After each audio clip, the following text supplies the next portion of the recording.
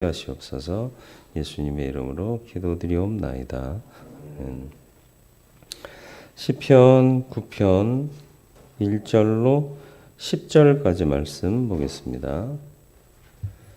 시편 9편 1절로 10절입니다. 9편 1절로 10절입니다.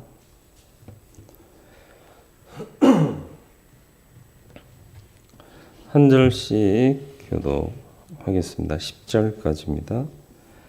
내가 전심으로 여호와께 감사하오며 주의 모든 기이한 일들을 전하리이다.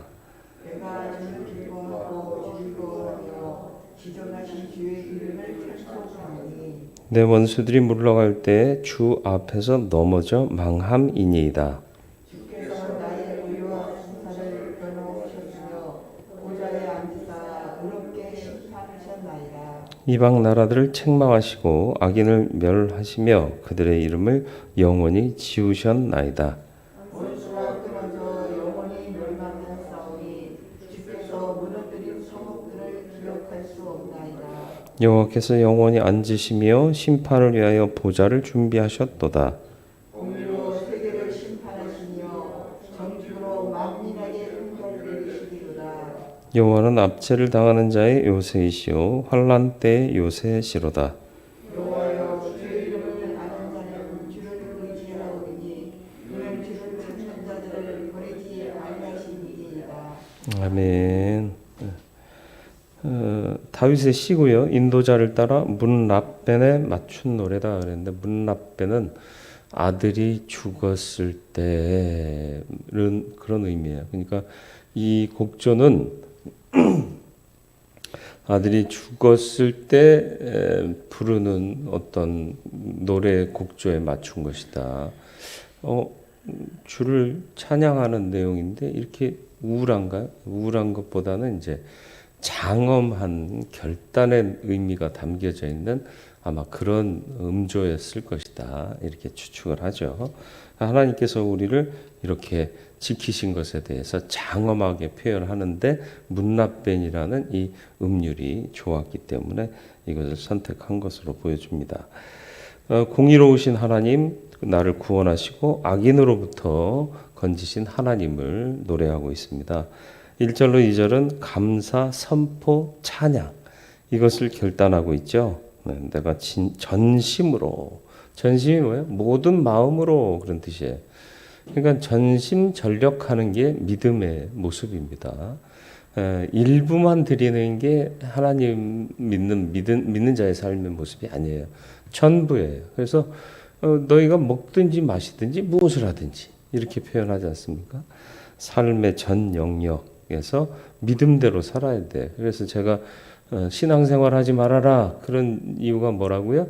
학교생활, 직장생활, 가정생활 그리고 신앙생활이라는 부분적인 의미로 살지 말고 생활신앙, 삶이 믿음되게 해라. 이렇게 말씀을 드리고 강조한 바가 있습니다. 마찬가지 개념이에요. 전심으로 하나님을 찬양할 이유가 바로 거기 있다라는 것이죠. 주의 모든 기이한 일들을 전하리이다. 내가 경험했으니까요. 전도가 해라 해도 정말 하나님의 은혜를 체험한 사람은요, 그냥 쉽게 말이 나와요. 제가 늘 말씀드렸나요? 늘은 아니고 가끔 말씀드렸잖아요. 우리 동네 이 점이 있었던 아줌마가 점 빼고 나가지고 점 있는 사람만 만나면 뭐 하라고? 자기도 거기 그 집 가봐. 점 잘 빼. 싸게 잘해. 뭐 이러면서 홍보비도 안 받고 그냥 자기가 점 예쁘게 잘 빠졌다고 그걸 사람마다 전도하더라는 거예요. 근데 우리가 구원받은 은혜가 감격하고 하나님의 은혜가 그렇게 감사하면 만날 때마다 야, 내가 하나님 때문에 살맛이 난다. 하나님 때문에 내가 이렇게 구원받아서 이런 삶을 살고 있다. 간증하고 전도 안 할 수가 없는 거죠. 돌아보시길 바래요. 그 은혜 정말 감사하고 감격하고 있나? 점 뺀 아줌마가 느끼는 감격보다 구원받은 감격이 이루 말할 수 없이 커야 되는데 우리는 그냥 받은 거예요. 예. 값없이 주시니까 공짜인 줄 알아요. 예. 헐값에 그냥 주신 줄 알아요. 아니요. 희생의 대가예요. 어떤 희생? 십자가 희생이요. 가장 귀한 것을 사랑하시니 거저 주신 겁니다. 그 은혜를 아침마다 눈 뜰 때마다 감사의 기도를 드리면서 깨닫고 하루하루를 살아가실 수 있기를 주님의 이름으로 축원을 드립니다. 내가 주를 기뻐하고 즐거워하여 지존하신 주의 이름을 찬송하리니. 예. 주님만 생각하면 찬송이 나오는 거죠. 기쁜 거예요. 예. 저와 여러분들의 삶에 이와 같은 모습들이 있어지기를 축원합니다. 왜 찬양할 수 있느냐? 그 이유가 이제 3절로부터 10절에 나오는데요. 먼저는 3절로 8절까지가 하나님의 공의로운 심판에 대해서 노래하고 있습니다. 3절 보시죠. 내 원수들이 물러갈 때 주 앞에서 넘어져 망함이니이다. 이 원수가 누구예요? 단순히 다윗을 대적한 자들만 원수로 보지 않고 하나님을 멸시하고 하나님을 믿지 않고 하나님 뜻에 반하여 행하는 자들을 원수라고 그랬어요. 하나님은 개인의 원수지간에 개입하시는 하나님이 아니에요. 다윗이 말하는 원수는요, 저 죽일 놈 이런 개념이 아니라 하나님 뜻을 어기고 나를 대적하고, 내가 누구죠? 하나님이 세우신 왕이잖아요. 하나님께서 기름 부음 받아 기름 부어 주셔서 세운 왕인데 나를 대적하고 나를 어렵게 하는 자들이 하나님의 원수가 되는 거죠. 그래서 주 앞에서 넘어져 망했다. 주께서 나의 의의 송사를 변호하셨으며 보좌에 앉으사 의롭게 심판하셨나이다. 흠이 없어서 이 심판에 이긴 게 아니에요. 정의의 하나님, 공의의 하나님 편에 서 있었기 때문에 이 재판에서 이길 수 있었던 거죠. 우리도 언젠가는 심판대 앞에 서는데 어떻게 구원받고 하나님께서 건지게 하시겠느냐? 늘 하나님 편에 있어야 되는 거고 하나님이 세우신 뜻대로 순종하며 살아가야만 그 심판대 앞에서 의롭다 여기심을 받고 천국에 들어가게 될 줄로 믿습니다. 그런 은혜가 저와 여러분들의 삶에 있기를 바라고요. 또 이방 나라를 책망하시고 악인을 멸하시며 그대 이름을 영원히 지으셨나이다. 이 원수의 실체를 지금 말하고 있잖아요. 누구라고요? 이방 나라, 안 믿는 놈들. 안 믿는 분들 이렇게 표현할 필요 없어요. 그죠? 안 믿는 놈들. 그리고 악인. 악인은 뭐예요? 하나님의 뜻을 따르지 않고 지멋대로 살고 또 자기 좋은 대로 사는 사람을 악인이라고 그래요. 그들의 이름을 영원히 지우셨다. 이름을 지워버렸대요. 이건 뭐죠? 존재 자체를 없게 만들었다. 멸절시키셨다. 그런 뜻입니다. 이름이 사람의 존재를 나타내는 가장 큰 의미잖아요. 그래서 호사유피 인사유명 그런 말이잖아요. 호랑이는 죽어서 가죽을 남기고 사람은 죽어서 이름을 남긴다. 그래서 이름 한 글자 어디에 올라가면 되게 좋아하잖아요. 어디 기념관을 갔는데 그 순교 기념관을 갔는데 그 기념관에 후손들 이름이랑 그분한테 교육받았던 영적 후손들의 이름이 쭉 기록되어 있는데 제가 아는 후배 목사님 이름이 있더라고. 그 집안 출신인 거예요. 난 그냥 우습게 봤더니 어이 제 이름 있어요? 그러고서 봤더니 있어요. 그래서 설마? 그랬더니 자기 이름이라는 거. 자기가 거기 그 동네 출신이라는 거. 그래가지고 또 둘이 이렇게 손가락으로 그 이름 이렇게 가리키면서 이렇게 사진 찍었잖아요. 이름이라는 게 그래요.